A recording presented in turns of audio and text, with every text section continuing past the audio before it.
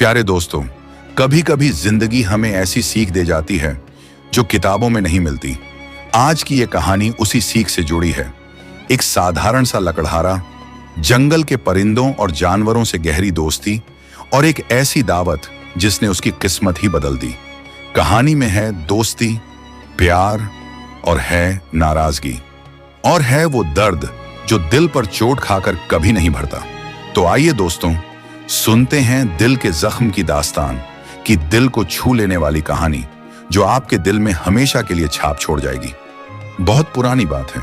एक छोटे से गांव में एक लकड़हारा रहा करता था। बड़ा ही मेहनती और ईमानदार इंसान था वो। उसकी पत्नी भी घर गृहस्थी में तल्लीन, सीधी सादी और संतोषी थी। दोनों का जीवन सादगी भरा था, पर उनके दिल हमेशा खुश और संतुष्ट रहते थे। हर सुबह लकड़हारा अपनी कुल्हाड़ी लेकर जंगल चला जाता। दिन भर लकड़ियां काटता, उन्हें बेचकर गुजर बसर करता। धीरे धीरे जंगल ही उसका दूसरा घर बन गया। पेड़ पौधे, परिंदे और जानवर सब उसके साथी बन गए थे। लकड़हारा उनसे बातें करता, हंसता, मजाक करता और कभी अकेलापन महसूस नहीं करता। जानवर और परिंदे भी उसे बहुत मानते थे, क्योंकि लकड़हारे का स्वभाव बड़ा ही भला और दयालु था। फिर एक दिन कुछ ऐसा हुआ जिसने उसकी जिंदगी बदल दी। जंगल में जानवरों और परिंदों की महफिल जमी थी।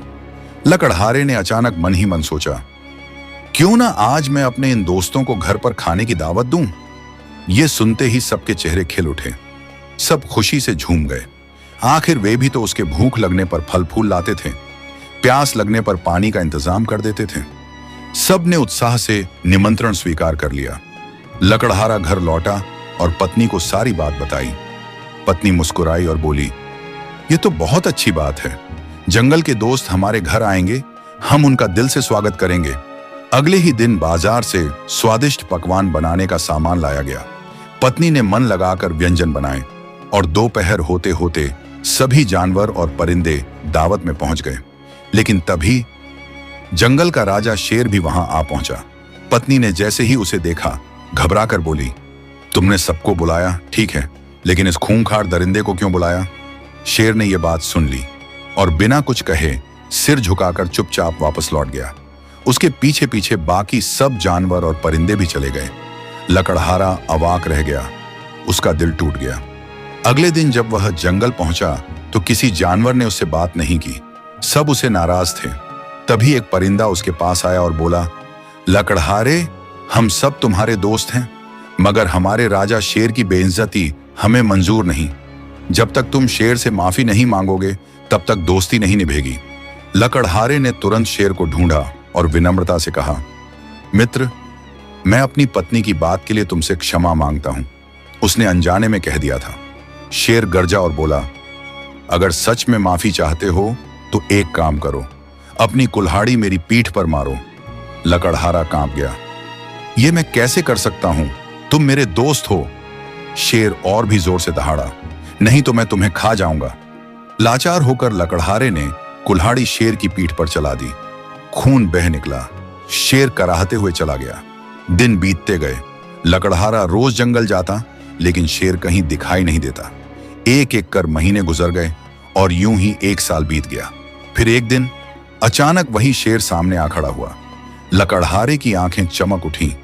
मित्र, तुम कहां चले गए थे? मैंने तुम्हें बहुत ढूंढा। शेर गंभीर स्वर में बोला, याद है, एक साल पहले तुमने मेरी पीठ पर कुल्हाड़ी चलाई थी? लकड़हारे ने सिर झुका लिया। हाँ, मैं कैसे भूल सकता हूं। उस दिन से रोज पछताता रहा हूं। शेर ने कहा, तो देखो जरा मेरी पीठ।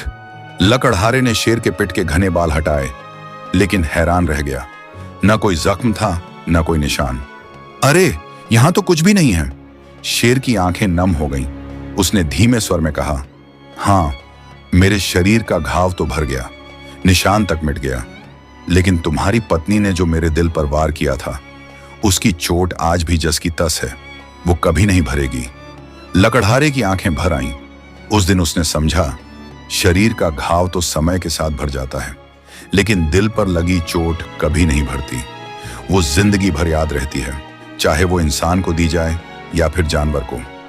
दोस्तों, जिंदगी में चोट लगना आसान है, मगर चोट पहुंचाना कभी आसान नहीं होना चाहिए। शरीर के घाव भर जाते हैं, समय उन्हें मिटा देता है, लेकिन दिल पर लगी चोट जिंदगी भर साथ चलती है।